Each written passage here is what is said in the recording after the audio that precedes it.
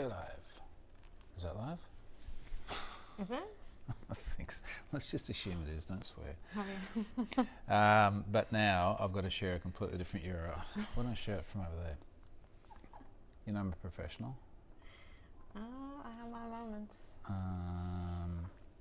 That's the wrong thing. That's OBS. Okay. Now it might be working. Hang on. We're back. Just a sec. Tell a joke. Me? Yeah. I don't know any Focusing. jokes. I only know Norwegian jokes. Do that. Let's see. On Scott a Helmut's asking if you broke the different stream. yes, I wrote. He did. Yep, I did. Counts Thanks. with old age, Scott. Couldn't hear you properly. Where's Scott go? No, that's you. Where's Scott? There he is. Did it break the stream? Yes, I broke the stream. I tried, just while I'm fixing this, different URL, I tried installing OBS on my laptop. Oh, there you go, now he's found it. I tried installing OBS on my laptop because we're about to travel, and I thought I'd take the camera and I'd take my Zoom audio mixer thingy. And then when I installed it, OBS was like, oh, would you like to connect to YouTube rather than just putting in a stream URL and a stream key? And I thought that sounded like a really good idea. Anyway, maybe it wasn't so good, but there are people now joining. So welcome to the birthday edition. Yay! Gratulerer med dagen. So Welcome that's to what we Charlotte. say in Is it? Norwegian. Yeah. I'm not up to that in Duolingo yet. Really? No. It's one of the first words you should learn. I've only just gotten to Saturday and Sunday, so I can't do birthdays yet. We're going to do the birthday thing. Let me do the sponsor thing first, so we can cover off the formalities, and then we'll jump into, I don't even know how long, like we just left lots of time, in case. Yeah. Now Scott's giving me crap for, anyway. Well, you give him so much crap He- normally, he- so I feel like he earns he's it. allowed to. He earns it. Oh, don't mention that. Oh, he's got that toilet video. Anyway, that sounded really bad. Yes. It's not as bad as it sounds. Sponsor this week is AnyRun. Get insights into malware's behavior with AnyRun. Instant results, live VM interaction, fresh IOCs, which are indicators of compromise, and configs without limits. Now they do have a free sign up over there, so go and check that out today. Analyze threats immediately, unlimited number of manual submissions, download files and reports, and be the first to know about new threats. It's much better learning from AnyRun than learning from me. Nobody wants to hear from me. My mic is dipping, by the way. What does that mean? Where's it say that? Stefan says that. Stefan says that. Charlotte's mic is clipping. Clipping. All right, so I've got a little, it means that some of it's a little bit too high and it clips off the audio, but maybe also it's rubbing on your hair, All right. which doesn't help either. Okay. Sorry. We had to have a wardrobe discussion for this. It's easy for me. I just, You're just like a black V-neck t-shirt kind of guy. Scott thinks you're on Team Charlotte, which is, no, Charlotte's on Team, it's early. We got up at before 5. Yeah. That's very early. Beazle's anti-bullying agency. God, he's a lucky man. Is that Scott or me? Maybe it's me. I'm a lucky man. Definitely. All right. Look, birthday things. Like I wrote this blog post. It was 10 years. We do sort of very retrospective things at large, incremental multipliers of 10 kind of thing. And I sort of wrote down some notes and things as well. I thought we'd do this for Charlotte as well, because Charlotte, since, when was it, 2021? 2021, yeah. Has done so much Have I Been Pwned stuff, like as a job. And it's just, our life has just kind of morphed into working together and living together and doing everything together, which is good. We work really well together, very happy. actually. Like, I'm very happy doing that. And Scott and Stefan see a lot of us as well. I mean, we've got Stefan here as well, because as I put in the blog post, Stefan is working for us part-time as well. Stefan did a lot of stuff with pwned passwords since many, many, many years ago. I think he was one of the first people to build cool stuff, integrating that with EVE Online, doing lots of password checks. he's doing an incredible job, actually. Yeah, he's doing a really awesome job, so we're very happy. Sorry you can't be here today, Stefan, but we're going to see you in Oslo next month for NDC Security anyway, which would be cool. But as I sort of said in the blog post, and we have this discussion a lot, it's like, it's getting bigger and bigger and bigger. Like, do you do you hire people? But if you do, who do you end up with?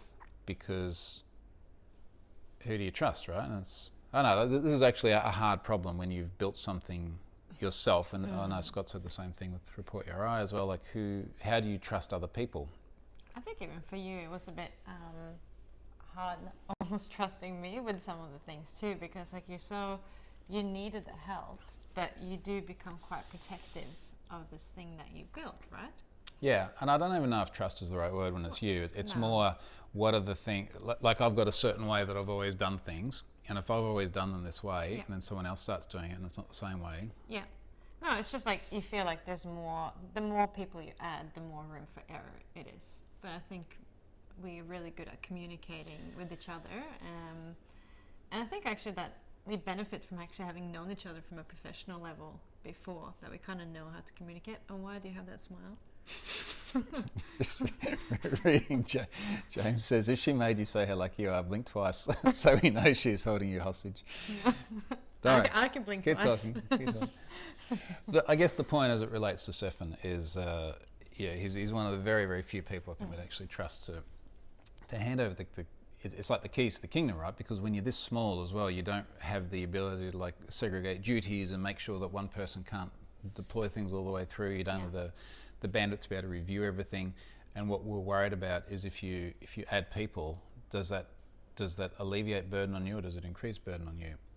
And it's a little bit that old saying of 9 women can't have a baby in 1 month, right? Like you can't just keep adding people, and it makes things equally faster or more efficient. No, but I do think where we have maybe a little bit of a challenge is that people don't understand that it's a very small team Yeah. behind Have I Been Pwned. Like, how many messages do we get? And people are like, hi, team. And for years, I was like, team is just me. And now, I've got some notes about some of the funny stuff we've received lately because of procurement and vendors and things like that. But there's obviously, particularly when you deal with people that aren't in our circles, they don't realise that it's really just me, my wife, and half one Icelandic dude, or a portion. It's probably not even half an Icelandic dude. I'm not saying that because, anyway, it's a portion of his time. So it ends up like that. So I was thinking maybe the way to do it, because I made some notes about specific things, because we had some tickets come in this week, which I just thought was like a perfect indicator of, frankly, just some of the weird shit we have to deal with. But I thought, just looking back at the blog post, there are a bunch of things in here which I thought were, I don't know, like normally when I do these videos and I read stuff back, I add a lot more other things, a lot more context that wasn't there in writing. Because when you write, you know how many times I reread everything I write to try and make sure that everything's spot on. Yep. And when you're talking, you're a bit more casual and a bit more sentiment, emotion. I just use ChatGPT. Actually, you have gotten very good at that. Some of the stuff I read, we won't go into details about precisely which things it is, but you'll write stuff and you'll go, how does this sound? And I'll read it. It's like, it sounds sickly sweet. Like, what is it? It's Well, ChatGPT. Yeah, well, because like I'm Norwegian, so I'm quite direct, and I don't mean to be like come across as rude. I just want to like get the point across, because I'm communicating in my second language. So I just use ChatGPT to like soften it a bit. But the funny thing with you, and not to go completely off topic, have I been paying? One of the many funny things of you, and we've said this many times, is when you see Charlotte speak like this, like she's lovely and ingratiating and the warmest person ever. And then sometimes I'd look at the emails that you're writing and it's like, holy shit, you can't say that. And then I tend to be the other way around, because I'm happy being confrontational with someone verbally or in person. And then my emails are so polished and carefully written. Yeah, that's So anyway, true. ChatGPT fixes all. I'm looking at the comments in here, so we've got a bunch of comments flying here. So Scott's saying he had the same conversation this week, I assume, with Report Your Eye. I kept saying us and we, talking about Report Your Eye, and someone said, oh, so how many are you? Well, you and Nick and a bit of me, I guess. So, we can include that. But it's a raw we, isn't it? Stefan said, a good thing I'm not sensitive about my height, or I could have been offended. A good thing I didn't mention your height, isn't it? He's fine. He's normal Icelandic. It's cold there. Good thing is trees here in Iceland are just so small. We have no forest to get lost in. No trees to run into either, or if you do run into them, Scott Helmstyle, you'll be fine. Well, that's not a problem now, though. He has laser surgery. Oh, he's got He won't laser. miss a single tree. Laser guided eyesight now. We'll see. We'll see if we do that sledging, mate, in Oslo. We'll see if you manage to. You're more likely to hit a child there, I think, than a tree, though. Are you giving me a wrong mic? Because I get another complaint on my mic. Really? It seems slower than Troy's. Maybe I just speak slower. I'm not sure. Because if you talk, I can see the levels on this one. Yeah. Talk more. Go. Keep talking. Okay. Keep You're talking. putting me on the spot here. Okay, Yeah. that was too high. Okay. All right, we'll just have to wing it. I think. Let's see that you can see, because sometimes you explain a problem to someone else and it starts to make sense. But this is you, Yeah. and this is me, and so long as you don't go into the red where it clips, and I can turn you up. So talk. Hi, my name is Charlotte. Now why are you talking so softly now? And then me, so I'll turn up a little bit, and we'll just have to do our best, folks, because we're beyond troubleshooting now. I did test this beforehand, and It sounds more muffled. Okay. Let's just readjust it. I think your hair gets in the way too. It's mine. Let's try that. Okay. We're doing our best. All right. Charlotte's mic seems lower, so I'll turn you up a little bit more as well, and hopefully you won't clip. Because it goes too high. Now Scott says Charlotte's clipping. Muffled or clipping, or both? Is muffled a British word? No, it's an English word. Isn't it the same thing? Is Troy testing production? Yeah, mate, pretty much. I told you we're down on power. Keith said, "Who's the better quality mic?" They're identical. But what I can do is I can plug in yet another one. I can plug in one of the external ones, and we just see what happens. So what I can do, I haven't used this stuff for years. This feels like a COVID thing. We won't use that one. Oh, that looks really cool. At least you have better equipment than the Twin Flames people. Ah, jeez. Has anyone seen that Netflix documentary? Holy crap, we're just watching that. It's hilarious. I was getting vibes. And you're not sitting next to each other. Yeah, what? Before we did this? Yeah. Alright, we're going to plug this one in too, and if this works, we'll just unplug yours. Okay. And I think it will all work on the fly. It should do. I have a feeling we used that when we were in Tasmania. You think so? Yeah. The one that you're using now, does that work? Did something just change? Oh yeah, that changed on the screen. But that's, I don't even know which number that is. But like, how bad is it? Or should we just keep going? We're just going to have to keep going. We're going to have to wing this. So, sorry folks, we're doing our best on this. I'll pump Charlotte up a bit more, and hopefully she doesn't clip too much, and then we'll just have to figure it out later. Yeah. Just before we go away. All right. I think you had a point that you was going to start talking about, and then we kind of...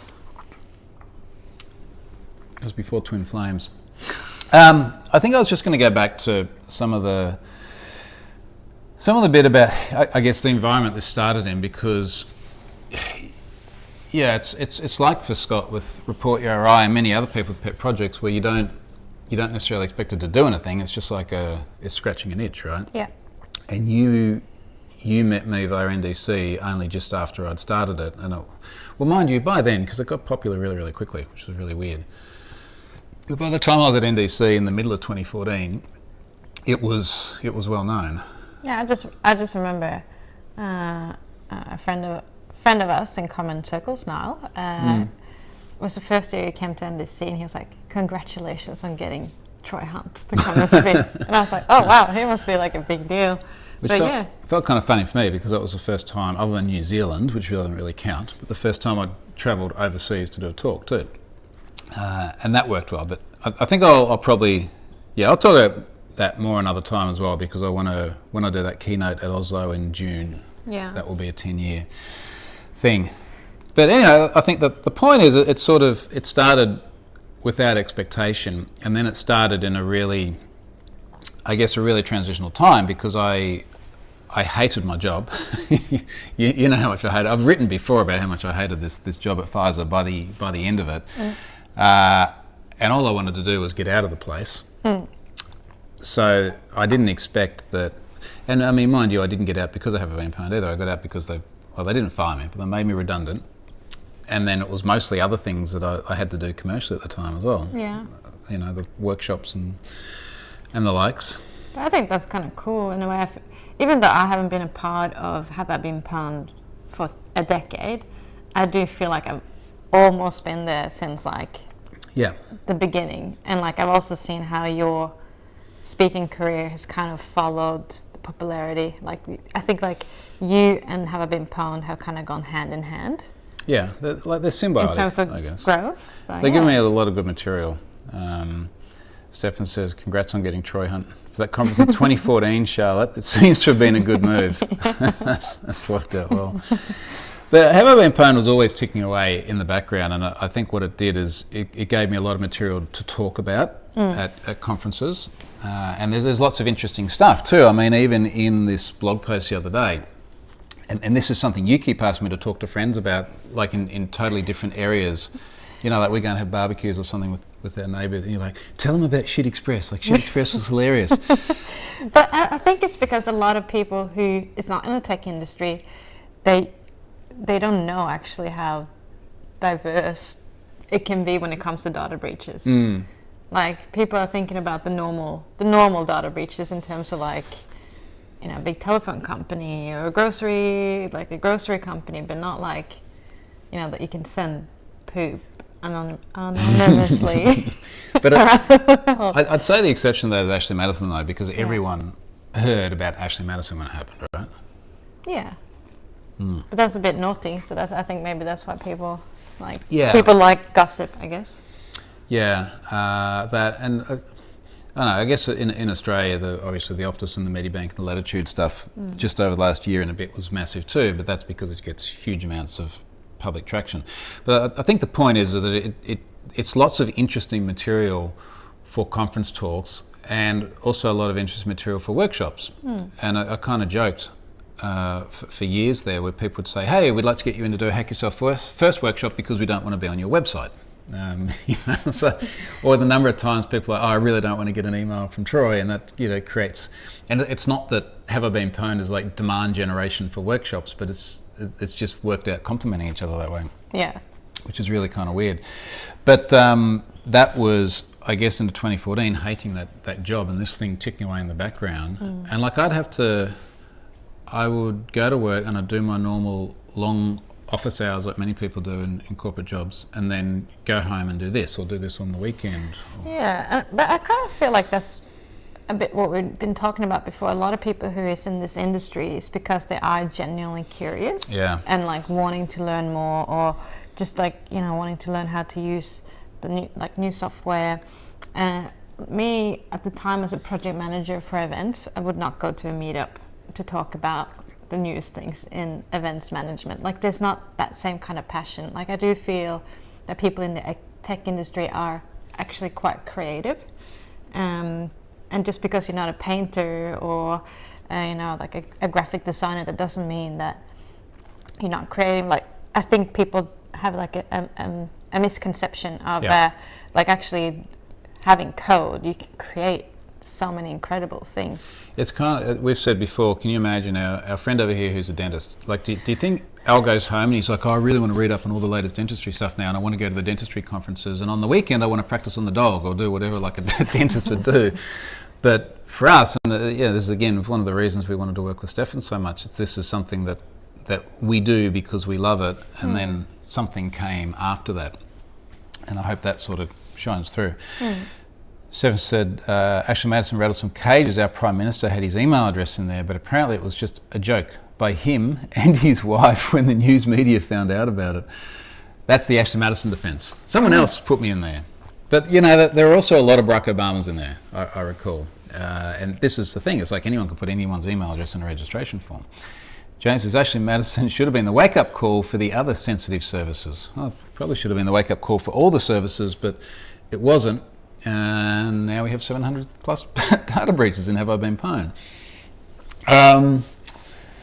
So where were we here? Going forward, I think the press was like one of the weird things, and you see now how much press there is that's tangential to Have I Been Pwned, but I think because the project got so much popularity, and then every time there's a data breach, people want to talk, and then you see how many times people just call up out of the blue, and they're like, can we talk about this, or we've got a film crew here today because it's another day ending in Y, and there's someone that comes in, and it will be, I think today's about bank identification number, abuse of credit cards, but it's all sort of in that realm, right?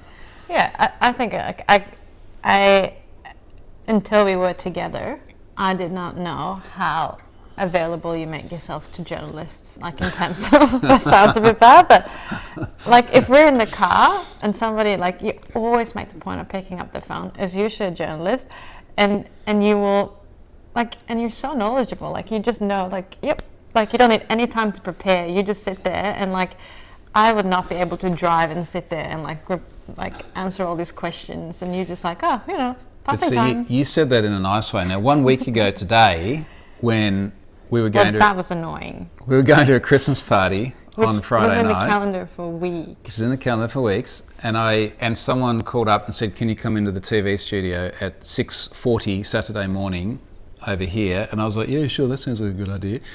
And it's like we're sitting there at the Christmas party, and it's 10:30, and we're having drinks. We're like, I got to get up at 5 something in the morning. Why did you say yes? And it was a fair comment, and I can't help myself. Well, but I do think, like, also that's why journalists are calling you over and over again too, because they know that you're picking up the phone, they know that you say yes. Yeah, but I should have thought more about that. Today's okay. Yeah, today's fine. So I mean, the press thing's kind of weird, and of course it's so international. And honestly, when I wrote in here all of these different news outlets that have I been pwned, I was like, okay, what are the biggest news outlets I can think in the world? And it's like the Wall Street Journal and things like that. So yeah, of course there's lots of Have I Been Pwned stuff in there. And then I just kept going through, like, biggest newspaper in France, biggest newspaper in the Netherlands, and search for Have I Been Pwned on the site, and it's like, yep, there you go. Yeah. Including VG, of course, in Vega. Vega. And everywhere I looked, it's like there's some amount of press about it, which is just, it's just really wild. I think one of the conversations we've had before, when we go to all these conferences, and a lot of people that we know that are very prominent in, like the .NET space or the JavaScript space or something, and they do really cool and amazing things, a bunch of which we use for these projects, but they can be the best in the world at that, but it never kind of hits mainstream news, does it? Because there's something different about data breaches. Yeah, because data breaches happens to everyone, and I think it's not like people are very, who's not in the cloud space are very interested about cloud news. So, well, mum and dad are never going to be interested in seeing that. No, but they would love to see if they've been in, the Latitude data breach. Or, well, I think the point is the Latitude data breach is noteworthy to them. Like green scalable cloud computing is not that interesting to them. So anyway, so the press stuff's really interesting. The Congress stuff was obviously interesting, and it's still, that still feels weird. And when it comes up, and it'll come in conversation if someone's in the house and they see that big picture we've got outside my office, or they're like, what do you do? And that comes up, they're like, wow, really? Like, it still feels very surreal to think about that. Yeah, it's been an incredible journey, really. Like, it's taken you into all these different scenarios. I mean, there was a period there, I think particularly around 2019, when I was getting stressed for all sorts of reasons, and then looking at that acquisition, I was sort of worried about, it's a service that only exists because of a huge amount of criminal activity, and then stolen, to use that term, which I still don't know is quite right, taken data, it's spread all over the place. And I'm really worried about, does the whole thing just blow up from some massive legal issue or regulator or something? So to go from those concerns to, I mean, Congress was a bit before that, but then all the FBI stuff lately, and the other law enforcement things, and all of the governments, it's kind of wild to think that they have that dependency and that interest, and they're happy to talk about it as well. Yeah. And you've seen what it's. I mean, you were there with me with the Dutch police in September, and how much they, I mean, everyone's awesome. They're just really, really nice people. I think we thought we were in trouble because the Uber driver drove up kind of like in front of the police house, like kind of shifting lanes. It was in Rotterdam. Yeah, and then these two police officers was kind of like looking at the Uber cars, like really suspicious. They even walked out and they're like, Charlotte and Troy, welcome. Yeah, so I didn't expect our host to be packing heat. Like that was cool. Yeah. It was really nice. I remember that one time when we were sitting there and we had like a really good discussion with them. And this is the guy, one of them was Dutch, and he just used the word wrong. But remember he was saying, because he was going to film you after the panel discussion.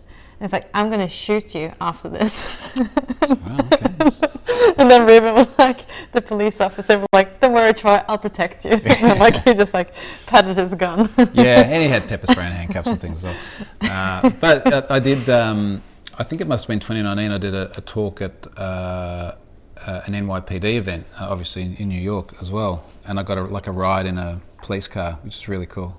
Yeah. I wanted to do the siren, but they couldn't do the siren. That was interesting. The Svalbard stuff. You were you were there for all of that. That was stressful. This was the idea of finding another home for Habbo and Pone, and a lot of it was that I guess the concern about the sustainability of it and the stress and the amount of work. And when, in fact, Scott was there as well, when the three of us in early 2019 were in Norway, and it was just after I'd loaded that Collection 1 credential stuffing list with 730 million, I think, records. And you guys saw what it was like. It's just the phones continually going off, continually getting slammed with requests and queries. And I don't know that my mind was completely stable. No, I think that's you and Scott saw that firsthand. That's a fair point. It's kind of interesting because I feel like I was there for the entire journey, and like it was really stressful. On you. That was nuts. Because there's a lot of pressure just for one person, and you were doing everything. But I'm not sure if like your mind was completely clear in terms of no, and I mean I put it you in the blog wanted to post, achieve. And I've written about it before as well. But all the divorce stuff that was happening at the same time was just an absolute nightmare, and then that went on for years and years beyond what we're going to talk about here. Scott knows the details. I'm sure he would have some comments, but it was just that was nuts. And then on top of that, the things like going into all those offices in San Francisco, and you were there in San Fran, I think, for like part of that. And there were such long days with back-to-back going in with KPMG, merger and acquisition people, into all of these tech companies. And feeling, to some extent, particularly when it was just me at that time, feeling a little bit like a piece of meat that gets shopped around, because they're buying, as we discussed so many times, like they're buying me, and then there's this other thing with it. It wasn't kind of the other way around, was it? Yeah, and I think like even we went to Las Vegas after that for Black Cat and DEF CON, and I think maybe then it's like you kind of also got a little bit of a boost again in terms of so many people were like, thank you so much for what you've done with it, with Habbo and Pone. It's made a big change. Like I think all of a sudden you've gone from being like almost like a piece of meat to like people just meeting you in the hallway and you're having chats and you'd be like, okay, this is why you were enjoying Habbo and Pone and everything that you did. Like I remember, so you and I were there with Scott as well, and we're walking around the halls, and how many people, mate, would come up to us and it's like, hey, awesome. It's like, it's Scott. And, well, they didn't know who you were, but it's Scott. And who's that guy? The sticker.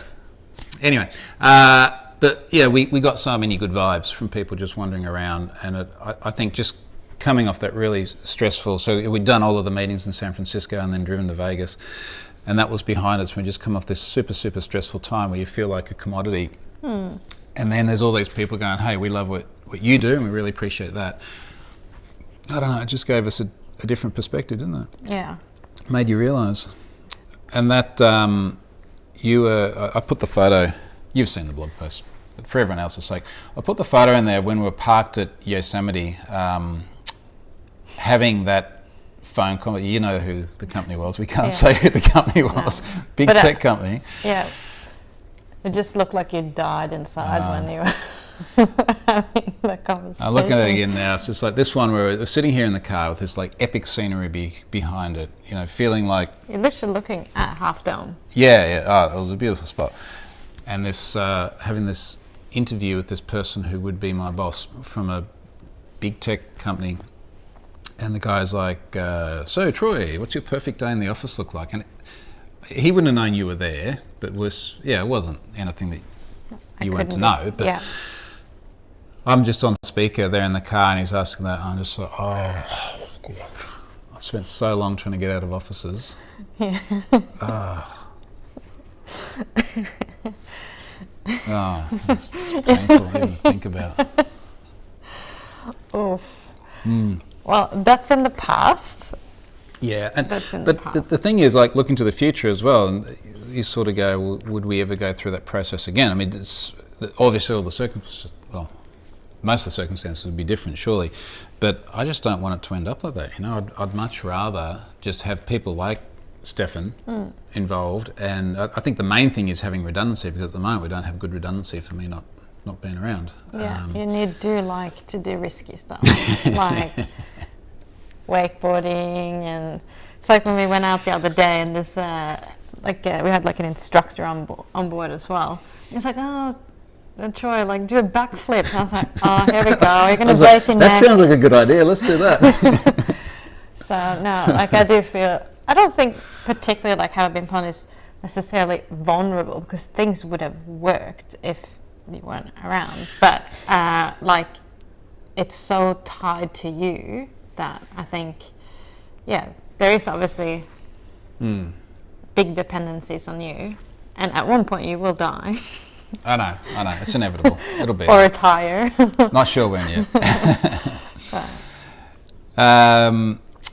Some of the stuff I made some notes on. So,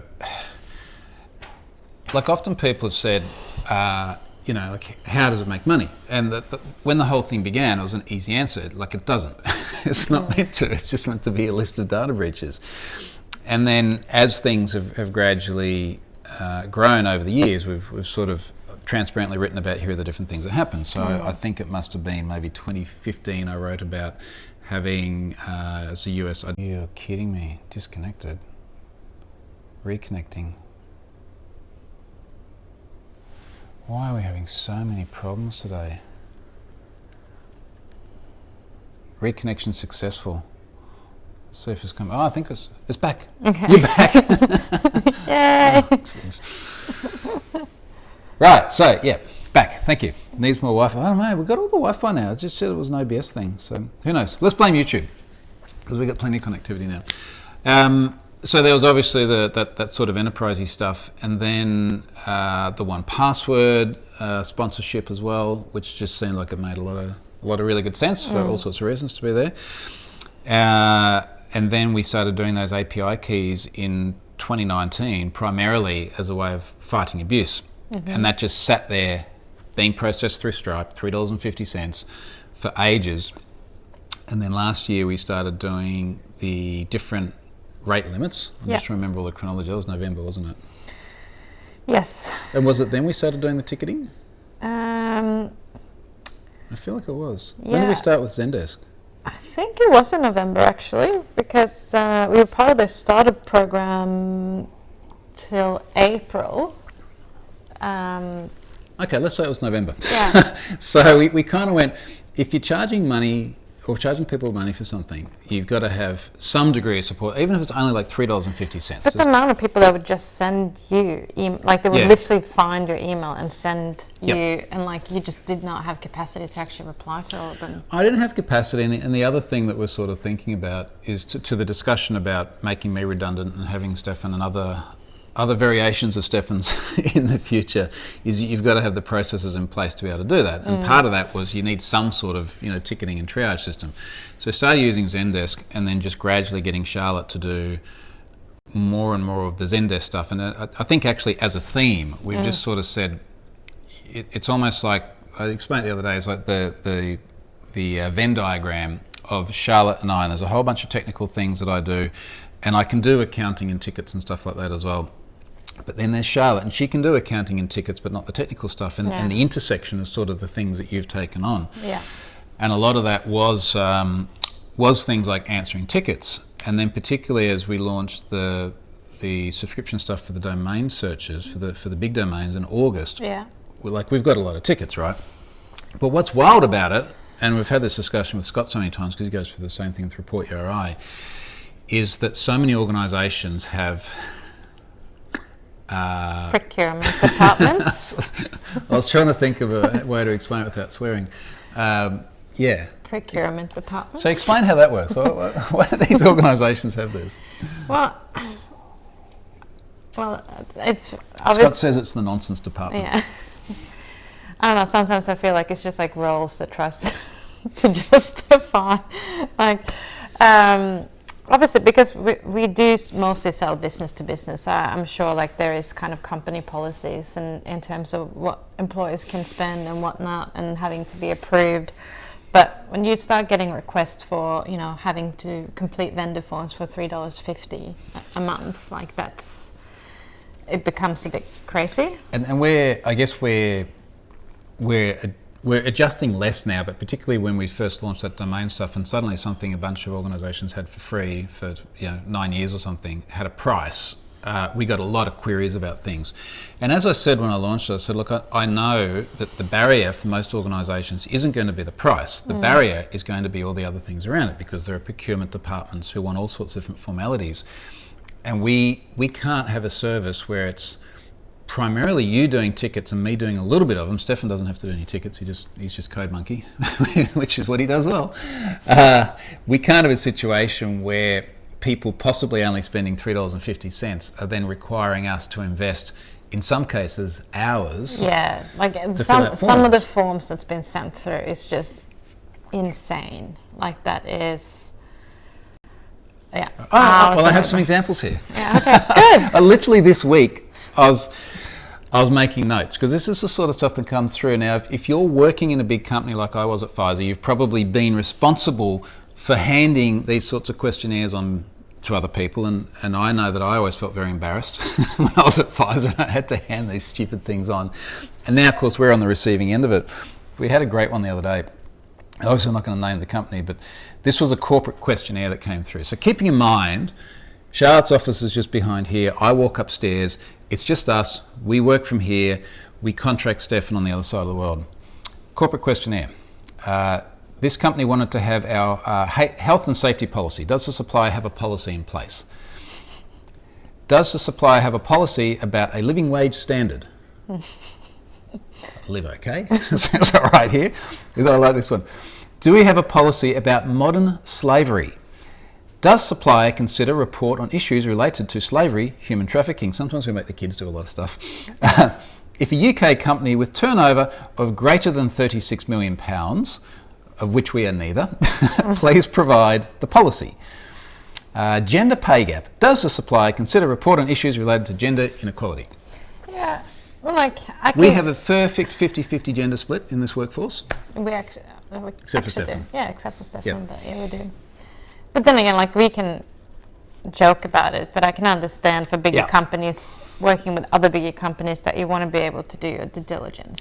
But when it's just the two of us, it's physically impossible for us to fill out all those vendor forms. And I get your point, like the relevancy to large organisations when some of this is a serious problem is there. But I think that the thing that I guess just bugs me a little bit is most people who come and use our services know that it's just a small organisation. So I asked you to assign the ticket to me, and I started writing a reply about health and safety and things, and I was like, we always ask the kids not to run with scissors, and I just and I got halfway through it and I was like, no, just let it go, and then you reply with, hey, we don't fill out extra documentation, it's a self-service thing. Stefan is saying, on that note, we need to have a discussion on the slavery you're putting me through and my health and safety. Here was another one this week. Now, I'm reading this verbatim as it came through. So one of the problems that we continually have, and I've tweeted about this as well, is around credit card processing. Oh my god. So the beauty of Stripe, and I think we're 95% really, really happy with Stripe, right? Yeah, but I also feel like we haven't actually been given the guidance that I need from Stripe to be like somebody to look through our accounts and be like, yep, you guys are like, this is perfect for your situation. Because I do feel like there's some bottlenecks there. And what I find like a bit fascinating is that we can't have the virtual bank accounts in Stripe unless you're US based. So here's the issue with this. I mean, I want to say everyone has a credit card, but I know some people pop up and they're like, well, I'm from Germany and we use the blah, blah, blah system, which is different.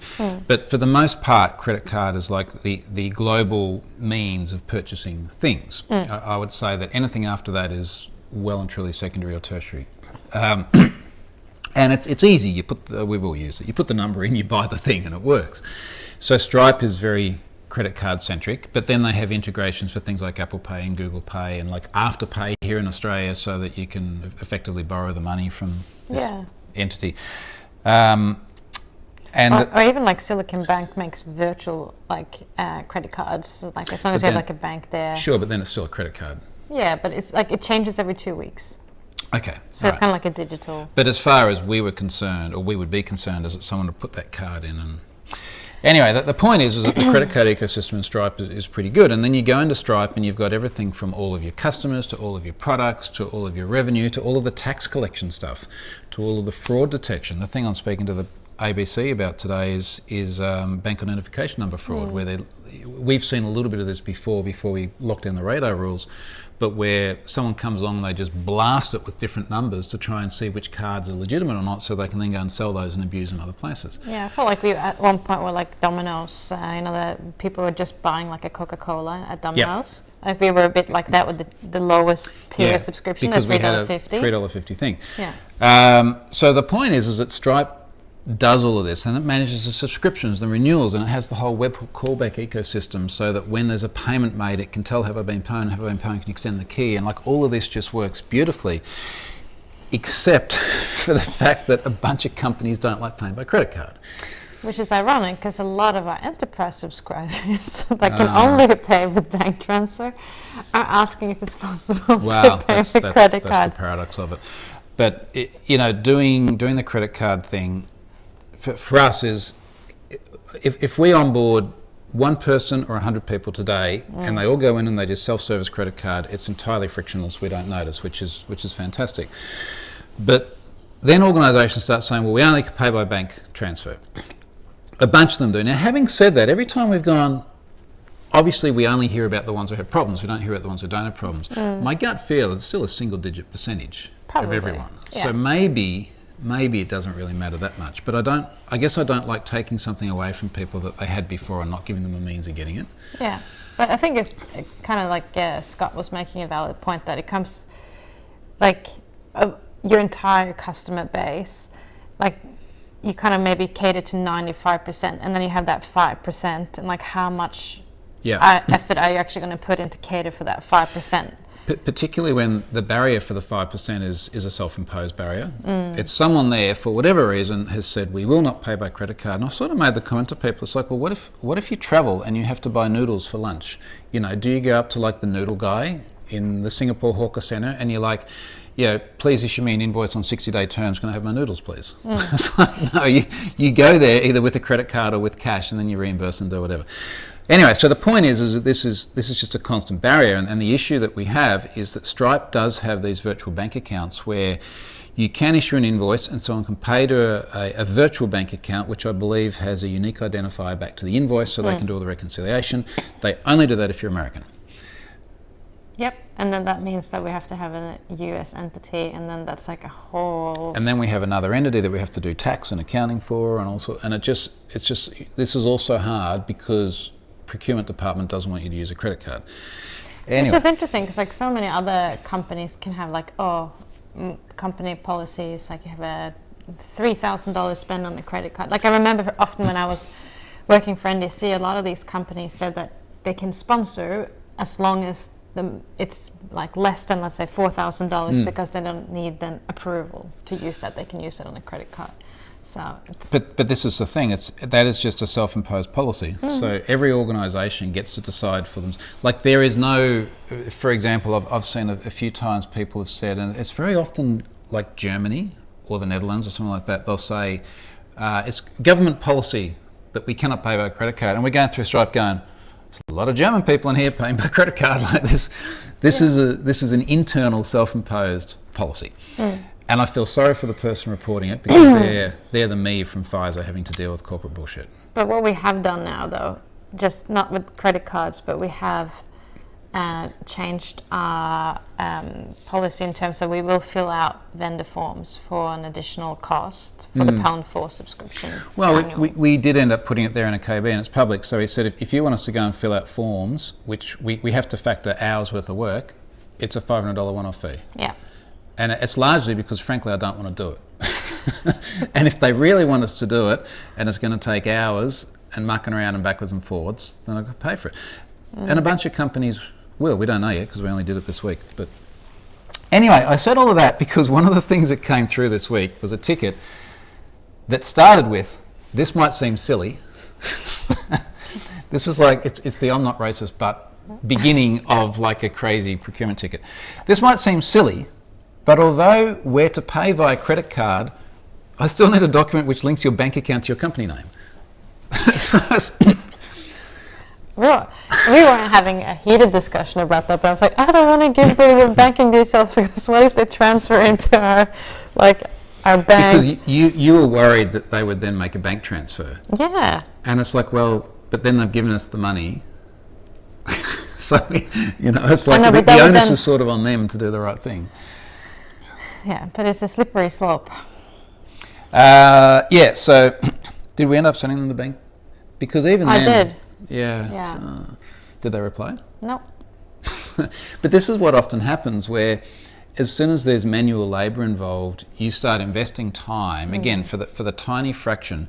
And this is not like under-resourced small organisations. This is some of the biggest brands that you can imagine. Like I'm thinking about that soft drink one the other day, some of the biggest companies you can picture. They have all the resources in the world, and then Charlotte and I are sitting here trying to load data breaches and then jump through all the hoops of this. Yeah. It's Scott says, I had to make a company letterhead the other day because their procurement policy required one. I know the feeling, Scott. Remember having to do that. I think it was something to do with one of the cars I had under a business name or something, and I needed to change some details. And I've gone into Main Roads down here, and they're like, we need authorization from a company director on a letterhead. It's like, well, I'm a company director. And then I just literally open up Word on my phone and I just draw a little little logo on the top and then scribble. It's so stupid. There's another one here. What was this one? Oh, this one was just today. We want to use your services to validate against if our users' passwords are already breached. Is there a paid enterprise version of Pwn Passwords? I'm like, well, that's the one thing that there is absolutely no monetization of any kind, and it's all open source and it's all free. And if you're worried about but we want a more powerful one, we did more than 300 million requests in one day the other day. 100%, 100.00000% served from Cloudflare Cache. It's the most scalable thing you're ever going to use, but they would like to pay us money for it. And I know what Scott would say. He'd go, okay, charge him money. I was like, no. But I think even for some companies, they almost feel like they have to pay. If it's free, they're suspicious. Yeah, well, but how much open source software do they use, or how many free JavaScript libraries are on their website? It's Ali says there are entities like embassies that have difficulty getting bank accounts, etc. Painful though, but I bet you the people that work at that embassy can walk out and buy lunch on the company credit card or some equivalent thereof. You just we've all travelled so much for events. Can you imagine what it would be like to travel and not be able to buy anything? Yeah. Yeah. Either you're getting cash and you have to submit reimbursement forms, but who does that these days? And increasingly those places don't even accept cash. Yeah.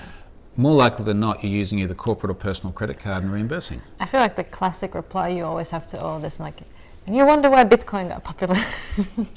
Well, yeah. And how many times have we said that?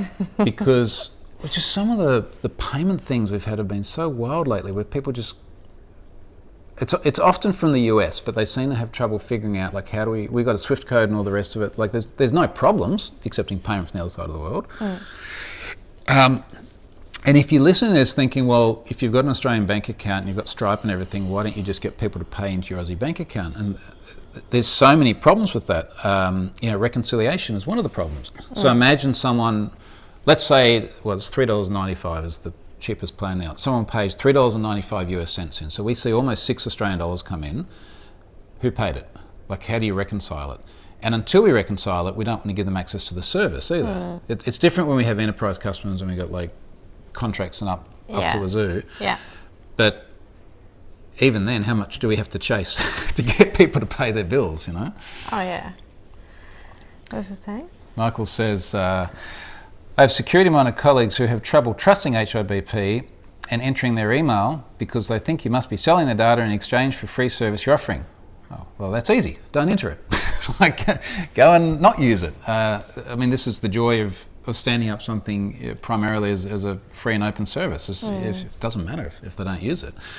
But the other thing, Michael, that I always find funny with that is it's an email address. What do they think is going to happen? Because I bet you they entered the email address into Dropbox and into LinkedIn and to the 700 plus other websites that are there without thinking twice about it. Because I think actually that's kind of interesting, even with all the like law enforcements that we met, and they've always said, like, you know, what happens if Have I Been Pwned has a data breach? But it's like the point you make is like, it's actually just email addresses in there. Well, yeah, and I don't want to downplay the severity of that because it'd be a really bad look. Yeah. But, you know, what happens? Well, there's, I guess, probably two main things. So one is that previously breached data gets breached again, and the vast bulk of data, I'd say probably 90% plus the data on Have I Been Pwned is already on the popular hacking forums and things like that. Except what would happen is it would only be the email addresses, it wouldn't be all the other stuff that's alongside it in the popular hacking forums. I think what would probably be a little bit more painful is things like everyone who's purchased an API key would be in there. Now, we don't even store, the only thing we store in Have I Been Pwned is the customer email address and the subscription level. We don't even store the payments or anything, all that's in Stripe. But, you know, they could get a Stripe API key and get into Stripe, or we've seen so many things lately where a downstream dependency has been compromised, you know, Okta style, and then suddenly someone's up into your other things. Yeah. So that's always possible. Ali's asking about PayPal.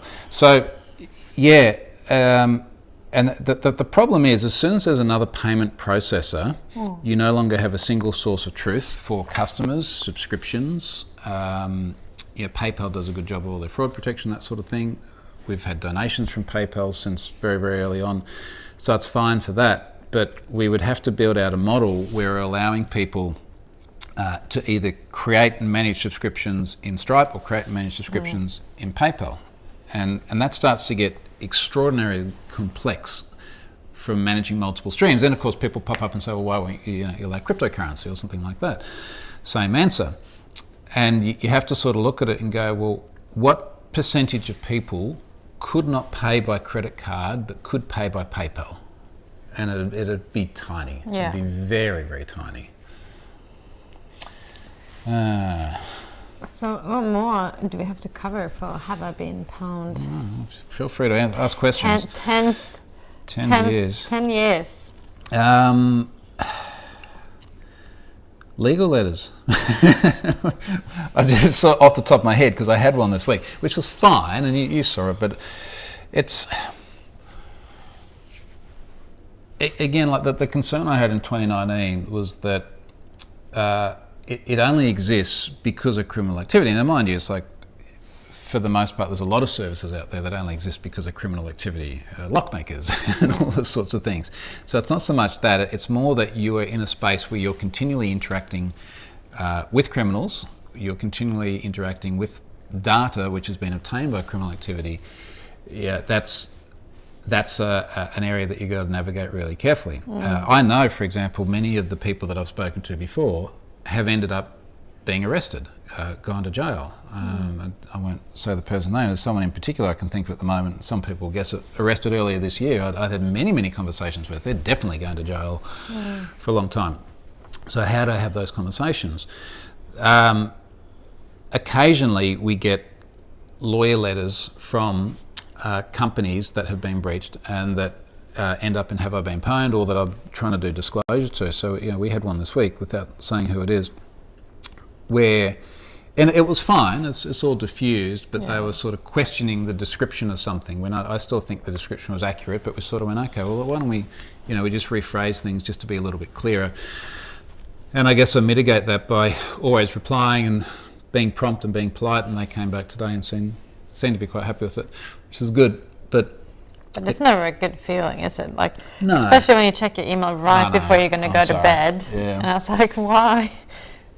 Why do you do that? But I think for us, it's like, because we're always on. We're always on. And then for a lot of people, like during like a work day here, like you kind of want to chill, unwind, but I actually feel like that's when all the tickets start coming in. Like Europe is waking up, the US. Like we're at 8 a.m. now, and in Europe, I know it's getting late, you guys are going to bed, but in 12 hours from now, when we're getting ready to go to bed, because we go to bed quite early too, you guys are getting up again and starting to send lawyer letters or whatever else it may be.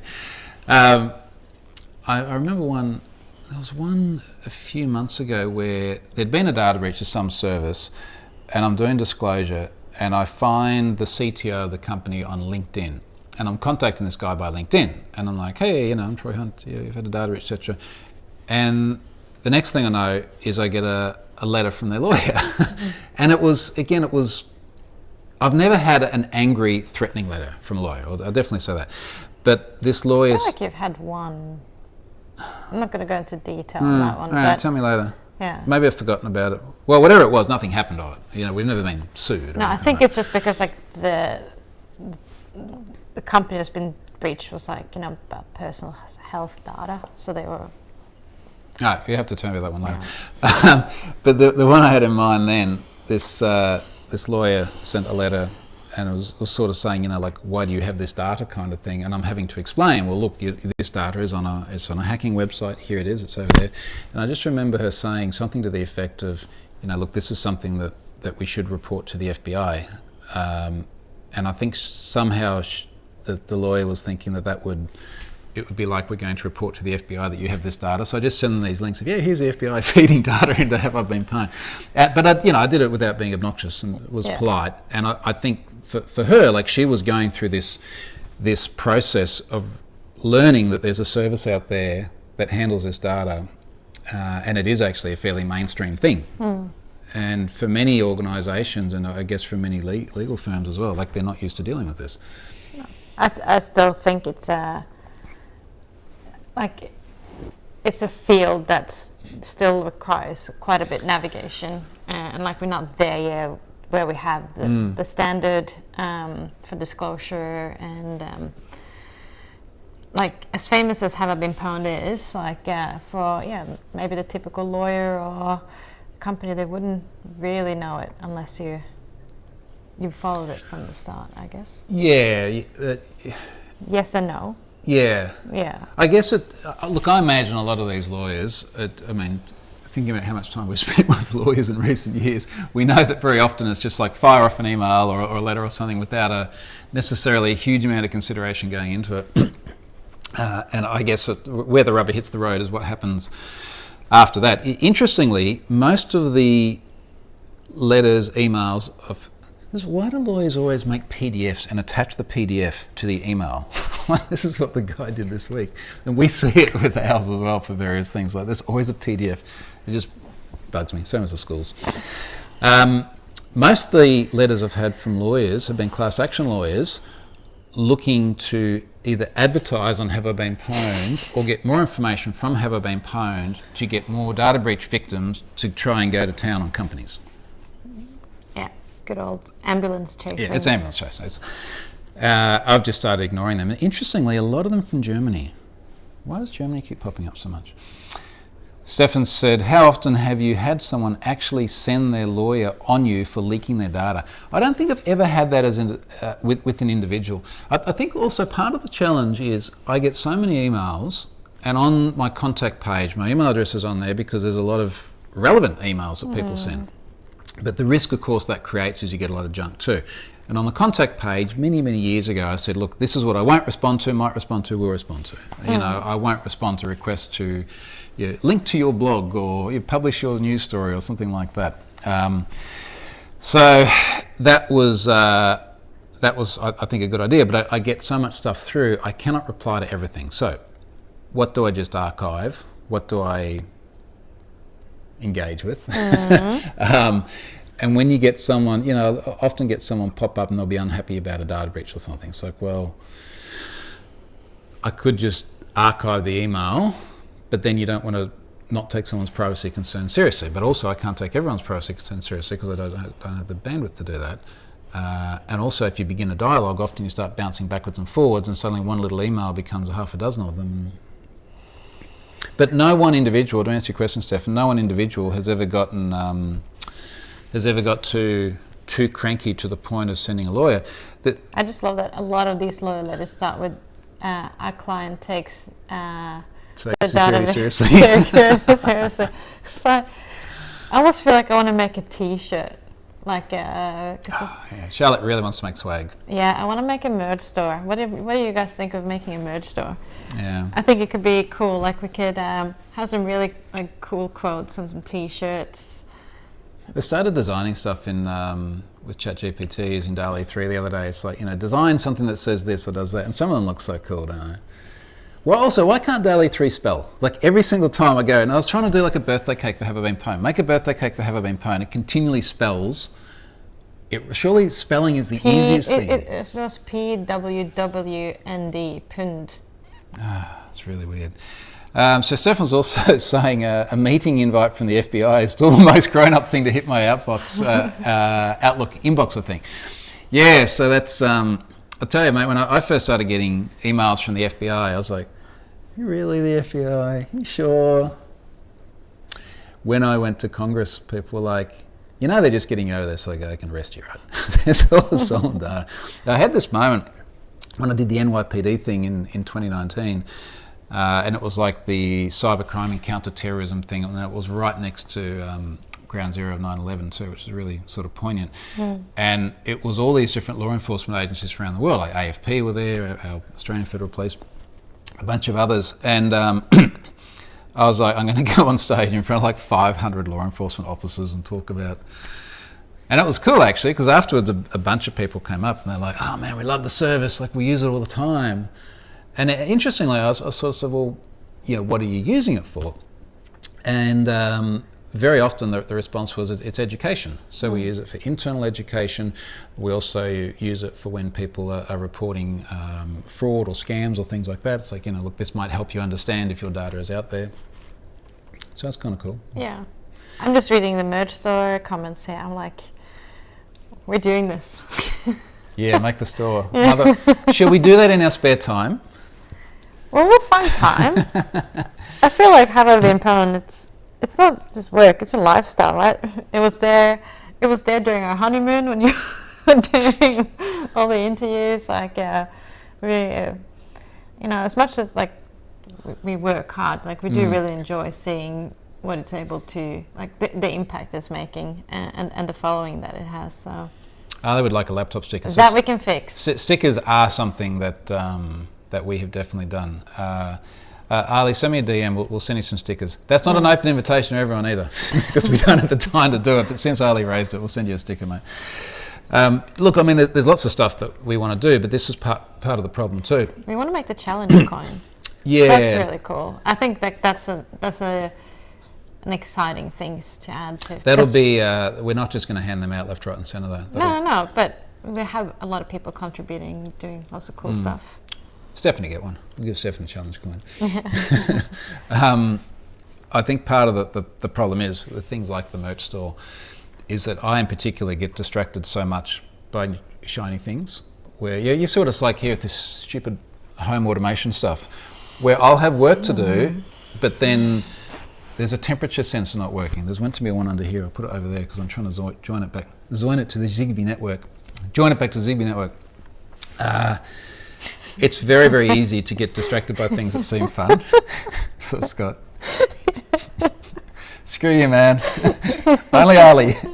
I was perfectly clear about that. Stick ass. Yeah. Now, having said that, yes, definitely. I'm sighing of the home assistant topic because I feel like it's a blessing and a curse. Like, it's really nice. We drive home, and the carport just opens because it knows that. Sometimes it opens when we're not driving home as well. I think I fixed that this morning. Do I need to know when the washing machine is done? Nah, not really. I'm a little bit hurt by that. I thought it was a good idea.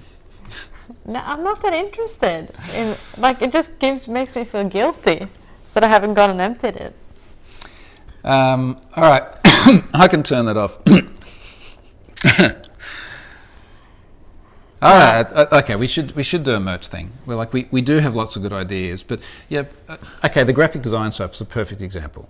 So we have got increasingly legal documents and things like this that we need to send people, or letterheads with your bank details on it. And we've got my dodgy Microsoft Word versions. And we said the other day, probably 6 or 8 weeks ago now, so we should just get someone to design letterheads, some agreements, some bits and pieces of material so that it's consistent and it looks professional. And I went out on Twitter and I asked about a graphic designer, and I got a ton of spam. And then there are a few people who knew the project and were like, yeah, we can help. And you sort of look at them and go, okay, well, you seem to be a designer. But we've had trouble finding. It's so subjective, isn't it? We've had trouble finding someone that can either build what we want or do it at a reasonable price.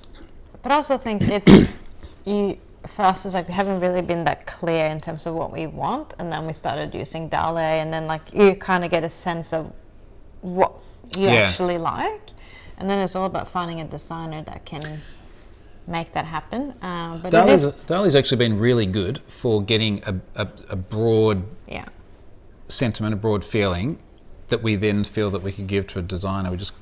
I think we've got to do the Fiverr thing, because we need someone that's sort of fairly cost effective, where you just go, hey, we'd really like this one thing made, and then they come back a week later and it's good. Yeah, it's really hard because we were even thinking about engaging a local company here as well, but it is very different engaging a branding company that's used to working with consumer products. So I do really feel like you need to actually know they have a home brand. You've had to kind of. Well, and that's the thing, because you then said, all right, well, why don't we just try a local graphic design agency where we can talk to a person, and I'm sure this person. You killed that meeting quickly, won't we? I'm sure we can talk. We won't obviously say who it is, but we can talk about the experience, because the guy had absolutely no idea what the product is. But we get on this Zoom call, and you and I are sitting up there in my office, and what was he saying? It was something like... He says, I feel like pwned has a negative connotation. It reminds me of porn. And I'm hovering my mouse over just the hang up button on Zoom, and Charlotte's like, no, don't. And then I just get a Word document up and I start typing, we need to end this. Because I'm just feeling my precious time just going down the toilet with something that was so obviously not going to achieve a result. And you were trying to be really nice about it. Well, I think there's a mix. It was a bit brutal. You were just the poor guy, he was going on for ages and how we should think about brand messaging and how we're being perceived. And then you were just constantly hovering over the mouse, leave meeting. It's I don't want to be rude either. I could have just maybe we could just turn down the bandwidth. And it's getting choppy. It's getting choppy. Sorry, mate. But then there was the other, the other local one we tried, and then they just weren't returning emails. No, because as soon as we didn't want to make business cards, I think that's the thing. A lot of them have. Who has business cards anymore? Jeez. Yeah, that's what she was. She was like, "Let's make business cards," and I was just like, "No, we need Word templates." We need Word templates.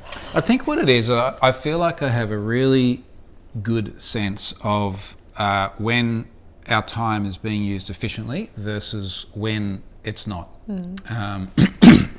Now, look, it's not when I'm doing home assistant stuff, but I get something else. We're surrounded by Lego here at the moment. This is not income generating I'm doing time. the Concorde. Yeah, Charles Concorde's over there. like it's not a professional pursuit, but it gives us back something. And I think the point is, I really feel it when I'm doing something which is giving us nothing. It's not giving me any joy or fulfillment, and it's not helping have I been pwned or community or anything like that. And I'm happy killing that. So Bassett. Thank Norwegian you. Even in a conflict, 10 years in Norway as a Dutch guy. Oh, there you go. But it's again the sort of problem where you've got such a finite set of time, a finite set of resources, where so on a day-by-day basis it's just you and I here, and then the number of times we go, oh, we should have, we should like go out on the jet ski or something like that, and then it ended up being like 5 months of not doing that, and by the time we went there it was broken. Well, it started sinking, so...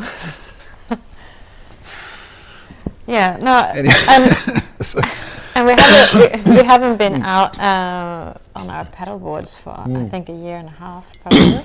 So it would be, and I know that sounds very sort of first world problems, but even just something as simple as like going out for a walk, just to get away from the work, which we I guess we do a bit, but I think the point is it's very, very easy just to get stuck doing non-stop stuff. Yeah, I got a faster jet ski coming, Scott. So it's fine. It's fine. Don't worry about it. Keffa says I need to get a few Lego kits. Unfortunately, my child usually takes the ones I do get. Yeah, it's this is part of the joy of only having the kids here half the time. It's like we can get the Lego out mind you, you're doing the Titanic with Elle. Yeah, that's it. So you got Lego you do with the kids when they're here, and Lego that we do when they're not here. Yeah. I do feel like I need to go down the path of Lars Klint and get myself my own Lego room. So like, where am I going to fit everything? Yeah, you're going to need a bigger house before we can do that. Because we're going to Rome in like January. I want to get the Colosseum after that. Really? Yeah. I think that could be really cool. Or the Sydney Opera House. I think Colosseum would be cool because you've been to the Opera House, but Colosseum just seems cooler. Stratus did the Lego DeLorean recently. What's that? The DeLorean, you've got that. That's the Back to the Future car. Oh. That's the one on your shelf. Blonde moment. Zephyr says everyone needs a Lars Lego room. Marek, build a bespoke extension out of Lego itself. Yeah. So actually, since Scott's mentioning it, our travel's coming up. We're going to Paris on Boxing Day to catch up with Scott and family, and then we're going to do Venice, we're going to do Rome, and then we're going to Oslo, and we'll catch up with Stefan as well for the NDC things. So we're going to be, it's about 4 weeks away again. That'd be awesome. I'll have to listen to this later on, but we'll get another microphone or something. Because I've got to do a bunch with you as well, Scott, when we're away, because we're going to be away on several Fridays together, I suspect.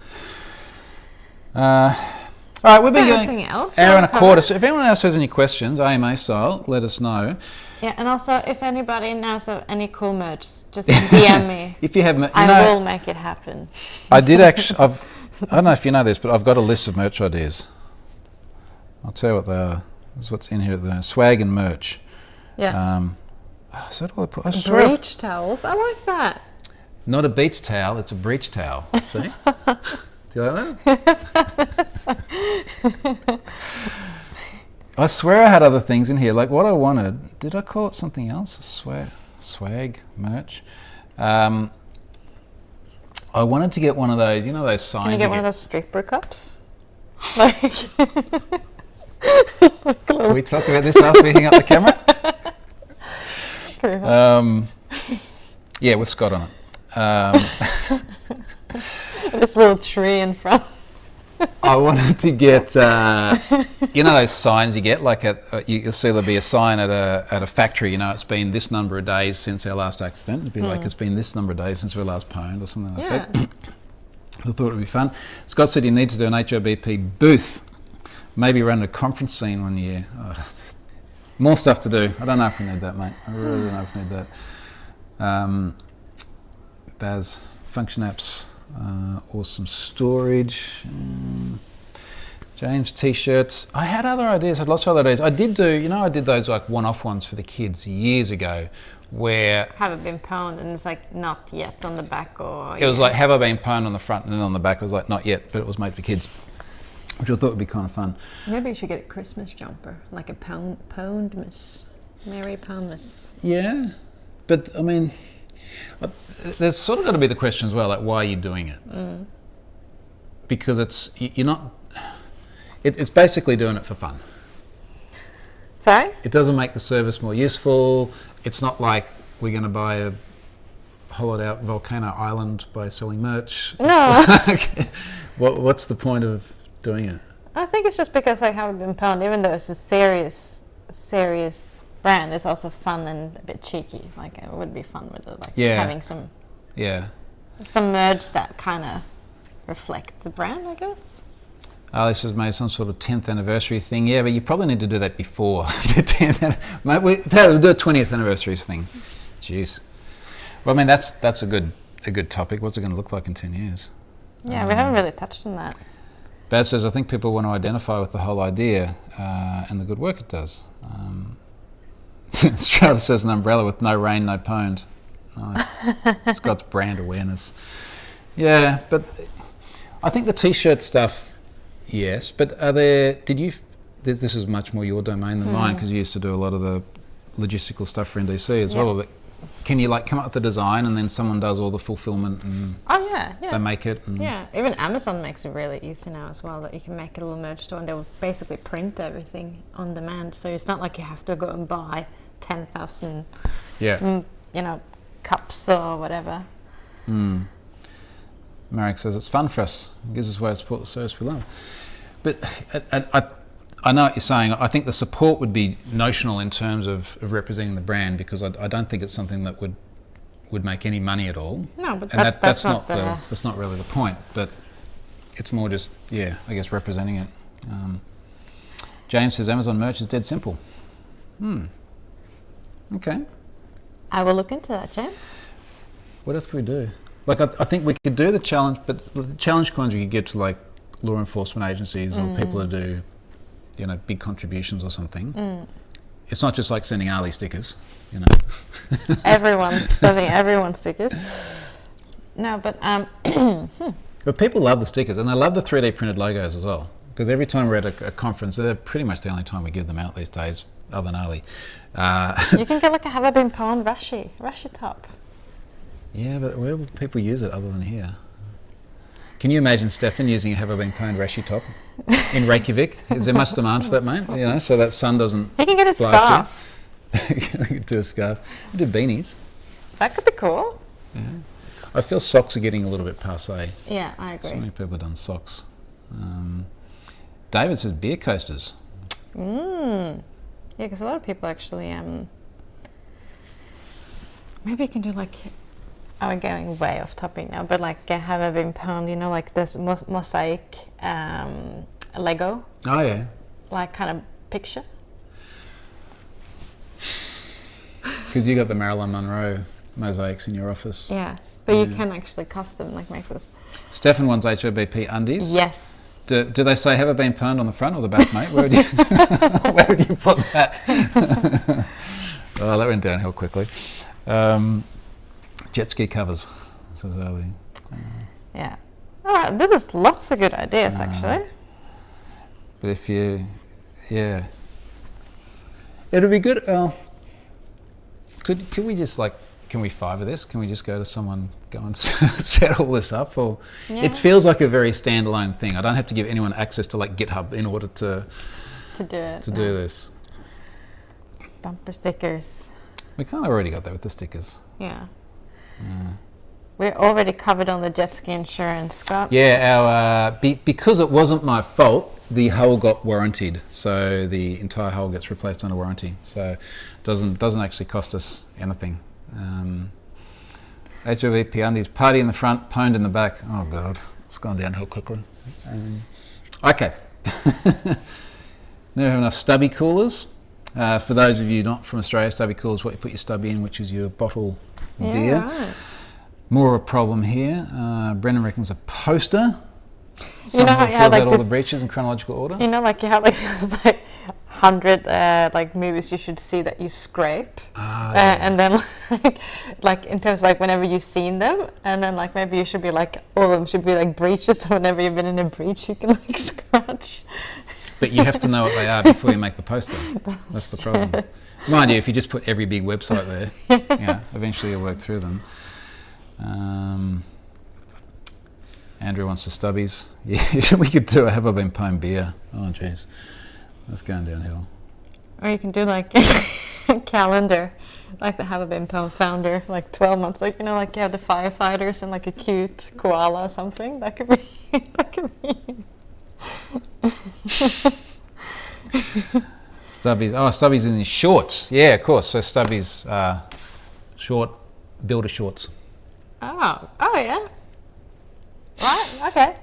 They don't really fit with my normal body style. So. Okay. Look, if you have ideas, send them through. We know we want to do it at some point in time. Show us too many beers by 8 a.m. I was almost thinking like we should do this and just have champagne this morning. And then you're like, I'm going to go and do hot yoga or something after this. Like, oh, that probably wouldn't go down too well. Driving to hot yoga after having half a bottle of champagne. No. Plus, we actually have to be productive today. So. Yeah, I know. All right. Okay. Speaking of which, we should go and be productive. We've been going an hour 20. We're going to look at that mic later on and figure out what's going on with that. Oh, who's that? Are we expecting anyone? I'm not sure. All right, let's wrap it up there. You can go and figure out who's at the door. It's a delivery. Okay. And thank you for watching. I've got to figure out how to end it now. Watching. See you, folks. See you, bye.